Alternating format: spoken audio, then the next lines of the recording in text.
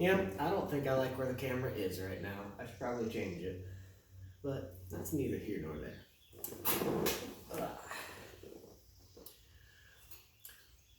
Well, so me and my buddy Merrick, we've been pondering the idea of becoming hundredaires by making Vidjeos on YouTube. So we finally had the bright idea to just start making videos and sending them to each other. And I made a couple of dorky ones, sent them his way, and then he busted out like a very well produced one that was about 12 minutes long, talking about his garage and why he's making videos in response to my wants and desires. And this is my response to him. So let's get into it. I'm Timmy, also known as Tim, but that's neither here nor there because it's not like there's gonna be many people in my garage talking to me. And I'd just like to give a quick brief history of me and my car lifestyle, and just kind of go at it. So I was watching Letterkenny the other day, and there's an episode where Coach is just wailing on Jonesy and Riley. This was like season 1. He's just like, you guys aren't hockey players, you're posers. You just like living the hockey lifestyle. And I'm sitting here just like looking at myself, and I'm like, shit, am I a poser car guy? Because like I haven't really touched my Land Cruiser in a hot minute. Granted, there's reasons for that, but I just like living the car lifestyle, and I needed to correct that and not be a poser. So let's go back in time to a 16-year-old me, bright-eyed, young and naive.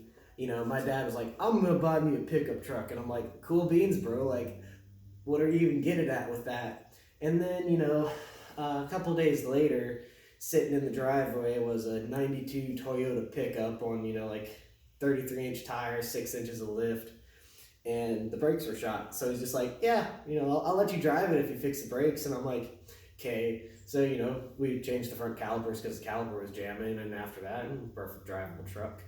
And then going from there, he just got into a lot of shenanigans because it was the ultimate shenanigan mobile. Going off-roading, driving over curbs, like terrorizing people in the mall. I was a true mall crawler, and it was a great time. No one was safe from my destruction. And then, as time progressed, I put a roll bar on it. Me and my buddies liberated some structural steel from, I'm going to refrain from saying where it was from, but, it was thick, space grade steel. And we built a bumper for the back end of it, and that thing was cool as all hell. Probably could have taken a bullet. I painted it bright ass green, and then everyone was giving me shit for it, so I painted it black after that. Then I also put like a roll bar with a dual CB antenna whips on it. Got in trouble in a parking garage because those are dragging on the ceiling and busted every single exit sign that I drove past. And it was just a riot driving that thing around. And then while I was in college, I was like, hey, I should get something fun to play with. So I found me a 1968 Ford Bronco that was just like rotted out and just destroyed. So I spent the next 4 years just slowly, as a poor college kid, trying to fix it up and get it drivable. And lo and behold, I did.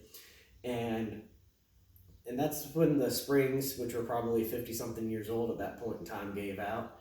And it just started getting terrible axle wrap to the point where you couldn't drive it if you had the rear axle installed. So I took that out, put the front drive shaft back in. I said the wrong word earlier, but that's neither here nor there. You get what I'm talking about. So I put the front drive shaft in as a driver on the front end, and I'm like, this works perfectly fine. It's an open diff. Yeah, as long as back wheels are going, it'll be fine. And it was fine. But that's when life came knocking, and I had to move to Virginia, and I left behind. And at that point in time, I was driving a '96 Toyota Land Cruiser, and I took that up to Virginia with me because that's where I was going to be working once I graduated college. And it did not like the round trip from Virginia to Florida, or from Florida to Virginia to Florida, while I was house hunting. And it was awful, because I blew the head gasket like a month before that, and I got that fixed up, but clearly not all the way, because I think it was the thermostat that was bad at that point in time when I was driving. So it was blowing antifreeze like all over the passenger side of the windshield, and luckily it was winter time, so it wasn't an issue. It was just annoying having that green glaze on the passenger side of the window. And on the way up there, my battery died. My spare tire exploded, or my tire exploded. I crawled under there, and turns out somebody stole my spare tire while I was in Virginia, because I distinctly recall filling it up while I was in Florida before going up there. Got a place to live, was driving back, the alternator died. Had a I ended up bumming a ride to a Walmart, buying a new battery, arguing about how batteries work with that guy, because I was like, what's the reserve life on the battery? He's like, what do you mean? I'm like, how long does it run a vehicle if it doesn't have an alternator on? He's like, dude, batteries don't work like that. And I'm like, batteries fucking store charges, dude. Get off your high horse, just tell me the details of the battery. And he just wouldn't, so I said, screw it. So I just grabbed a battery that would be sufficient for the cold cranking amps and whatnot. Went to the front and I asked the dude, I was like, hey, how many times in a day could I return a dead battery and get a new one before someone questions it? And he's like, yeah, probably 3 or 4. But luckily that battery had enough juice to get me home, which was pretty cool. And then after that, I was sitting there with this broken vehicle. Me and my dad were just like, hey, we should probably check the tightness on the head bolts. And doing that, turns out they weren't tight at all. The alternator was dead. The thermostat was dead. And, I was just like, no one has the parts. Like, I can't fix this by the time I need to be in Virginia for work. So, lo and behold, after a lot of arguing, fighting, and screaming and whatnot from my parents and whatnot, my grandma actually ended up giving me enough money to put a small down payment on a new truck, which is how I got a 2018 Tacoma. And going from there, sister's driving the Land Cruiser after that. I moved up to Virginia, hated my job there, moved out to Utah. Liked my job there, but it was in the middle of nowhere, so then I moved to Alabama. And while moving here, I ended up buying a house. And then my parents were like, hey, if you come visit us, we'll give you the 62 Land Cruiser, which is how I ended up with this bad boy right here. I spent a lot of time fixing that up as a kid. And, I still need some things to finish it up. It runs, it drives, it mostly stops. The seats aren't bolted down.